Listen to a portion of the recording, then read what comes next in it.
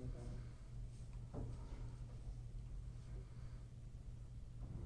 close enough to 6:25. So, welcome everyone. My name is Lauren Gilpin, and today I'm presenting my senior project, which is about cancer and the grieving process. Through my presentation, I'm going to be going over about me, why I chose this topic, the stages of grief, my product, the learning curve I went through, and my conclusion. So before I get started, I want to tell you about me. I want to go to college to Pitt State next year, to go to nursing, and get minors in business and psychology. And in the future, I want to be a nurse practitioner. I chose this career because I've always been the caretaker of my family, so it just seems right for me to continue on with that career path. And eventually, I considered doing traveling nursing because as of right now, I don't have a family here, and there's a big call for traveling nurses around the world. You might be wondering, why would we choose a topic about cancer? As some people know, my grandfather was diagnosed with stage 4 cancer in April at the beginning of quarantine of last year. So I have first-hand experience with cancer and the grieving process, and whenever I had to choose a topic that was the most apparent thing happening in my life, then I knew that I could write a 5-page essay on it. So my research was very difficult to find things about the grieving process and cancer. A lot of the information was outdated on the grieving process because it hasn't really changed much over the years. It's like a step-by-step process, and no one has really written about it in a long time. I learned a lot of things, like the grieving process can start before a family member passes away, and that the stages can be repeated. Sometimes the stages will go through a day, sometimes they'll last a month to a year. It just depends on the person. So before I get started, I'm going to tell you about my grandfather. This is James, or Jim Williams. He was my grandfather. He was the person in my life. He was my go-to.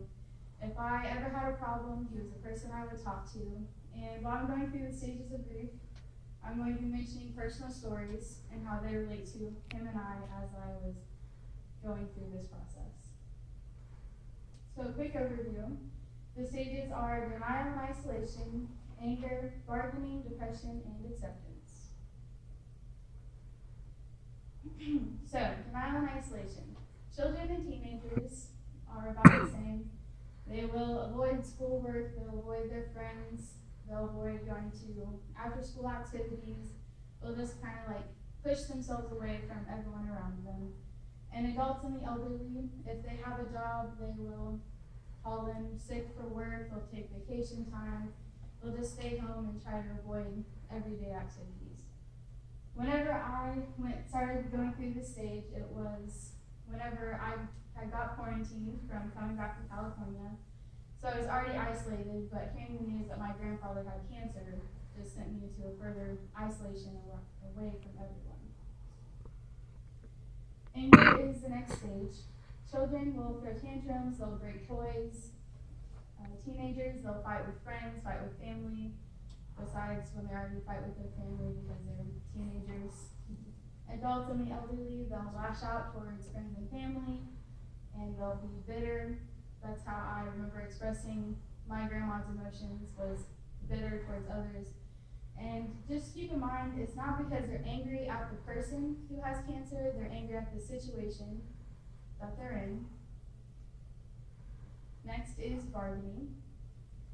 Children will ask their parents if there's anything that they can do differently, if they can trade their toys or their books for their family member to get better.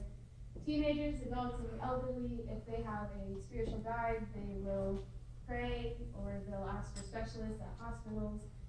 Just anything to see if they can help their family member get better. I remember I got a new Bible and I just started reading every day. I started praying every day. And not because I necessarily thought my grandfather would get better, but because I knew that I needed to get deeper in God's Word, because I knew that would help me eventually in the process when he would pass away. The next stage is depression. This, for children, usually doesn't last as long, but it can. They will avoid going to school, they'll avoid doing their schoolwork. This can usually be paired with denial and isolation. Teenagers, they'll go through extreme mood swings, as will adults and elderly. They will avoid daily activities. They will just stay away from their family. They'll experience extreme sadness, the common signs of depression. I know that I went through a depression whenever my grandfather had cancer. He was still alive, and I would try to spend as much time with him as I could, and whenever I came to school, I would be depressed because I wasn't with him. I was always worried, what if something happens and I'm not there? And that's common. And then the final stage is acceptance. This can happen before your family member passes away, especially in my case.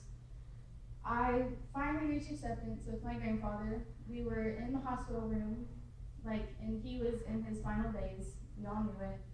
And I had this peace come over me, and I knew that my grandfather, he wasn't coherent. I knew that, his time had come, and I had accepted that he was going to pass away soon. So this led me to my product. Before I came with my final product, I thought of doing a brochure or a website, but I knew that those wouldn't capture exactly what I wanted them to.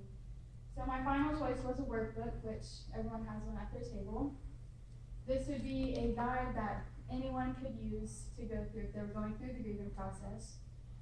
My main idea with this workbook was if I had my own nursing office, that this is something I could give to a family that they could work through together or by themselves to go through the process, know what to look for, and just help them get through those experiences. So here are some of the pages if you can't look at the book in front of you. It talks about what the grieving process is, has a little table of contents. It goes through the stages of grief, what children experience, teenagers, adults, the elderly, and then it has some questions that you can answer that can lead to more research that you can do on your own, or you can ask your doctor or your nurse the next time you come in. Then it has a little notes section, then it has an about the author section, just down in the back. So I definitely went through a learning curve with this project. My topic selection was extremely difficult. I knew I wanted to do something with nursing, but I didn't know exactly what I wanted to do. Cancer was an extremely broad topic, and eventually I landed with the grieving process. I needed something that I could write an essay about, which was very difficult for me to do. And eventually, I didn't know how I wanted to organize my information, if I wanted to talk about children and what they go through, or teenagers, or talk about the stages of grief and how everyone grieves independently. And then finding sources was one of the more difficult things to do, and that was the biggest learning curve I had, because a lot of the sources were outdated and hadn't been updated in a long time. They were written by sources that weren't credible in any way, shape, or form, so that was very difficult. So the sources that I used that were the biggest help was from the American Cancer Society and from Counseling Today. Those were the sources that I used for my essay for the most part. And when I was doing my research, those were the two that helped me the most. I want to give a big thank you to my mentors. My faculty advisor, Dustin Elder, he's not here right now, but I want to give a thank you to him. Whenever I was confused about something, I would go and ask, is this a good idea? And he would give me his honest opinion. And then I want to give a thank you to my community mentor, Matt Gerfeld. He is a nurse practitioner in the trauma unit at Mercy Hospital. So a reflection of this whole project as a whole was time management was very difficult. When you have, at the beginning of this project, we still had practice at 6 in the morning and then practicing till 5 at night. And then once those practices in the morning ended, I had work. So time management was difficult, but eventually I found time to get everything done. It just took me a little bit longer than it usually does. My community mentor was very difficult. We had opposite schedules. He worked nights, so he was sleeping in the day, and I was completely busy all day and slept during the night. So finding time for us to communicate was very hard. In my career, this helped me realize that I do want to go into nursing. I did a lot of nursing research on the side while I was doing this project, and I know for sure that nursing is probably the right choice for me. And this project will help me recognize the signs of the grieving process so I can easily understand what people are going through whenever they come see me and whenever they're talking about their family. I can grieve with them and understand what they're going through. My advice for future seniors is if you have practices, plan around those. If you have a community mentor that works an opposite schedule, take a day that they aren't working and make that your day to talk to them, or use emailing because that was a lifesaver. Also, manage your time. That's the biggest part that I had. I didn't exactly procrastinate, but I would work on it in small bits, but those small bits weren't like enough to go to the final project that I needed to be. So in conclusion, I went over the stages of grief, which are denial and isolation, anger, bargaining, depression, and acceptance. And I want to thank everyone for attending, and thank you for taking time out of your Thursday afternoon to come watch this presentation. And some food for thought is while you're going through your everyday lives, think about the grieving process and that anyone around you at any time can be grieving. They may not talk about it, they may not be showing the signs, but keep that in mind that you never know what someone is going through and that they could be grieving, they could go through any of these stages. Just keep that in mind. If someone lashes out at you or if someone's extremely sad, just be that person that they can lay their head on your shoulder and they can talk to you about it. Any questions? Yes. So with the, with all the, the grieving process, all the steps you have on there, do they always go in that order, or like, do people skip around? No, it doesn't go in order. It can skip around. You can repeat the stages, like sometimes a stage will last a couple minutes, sometimes it can last months, but it does skip around. Yes. Do you think the reason it was hard to find resources is because that process doesn't need to change? Like over time, it's been shown that that's kind of all what everybody goes through, and there's not really anything new to add to it? Yes, I did go through that. A lot of the sources, they were from like the 1980s, 1970s, and everything was staying the same, even the newer information, it was all the same. But the biggest problem I had was finding research that went into it, and like the cancer aspect of it. That was the hardest time finding research and like finding more up-to-date sources or sources that were credible, that weren't just like, didn't just say like the 5 big topics and then that was it. That had more background information on those topics.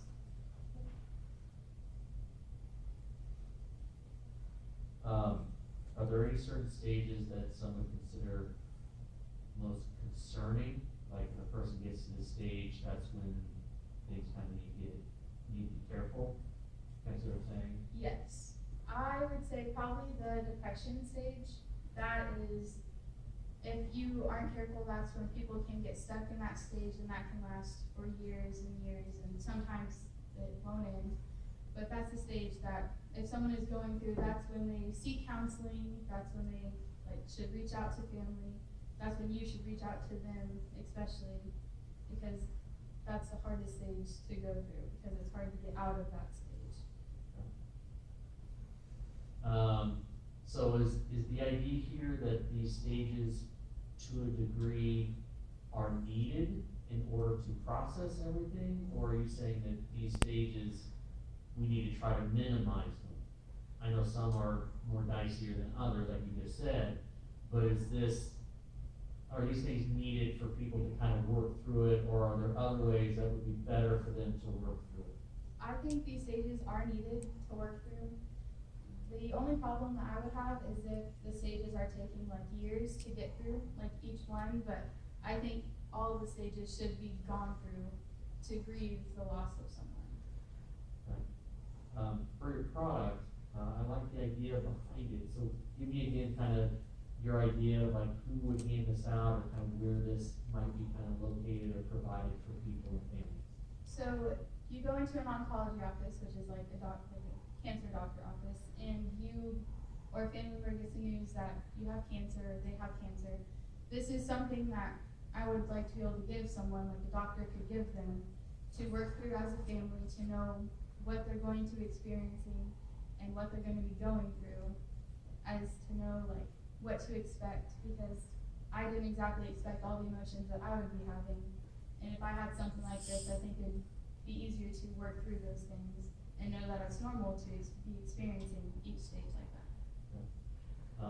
Would this also maybe be good, I think don't many doctor's offices or hospitals have like an on-site counselor or psychologist as well? That they could also use perhaps. Alright.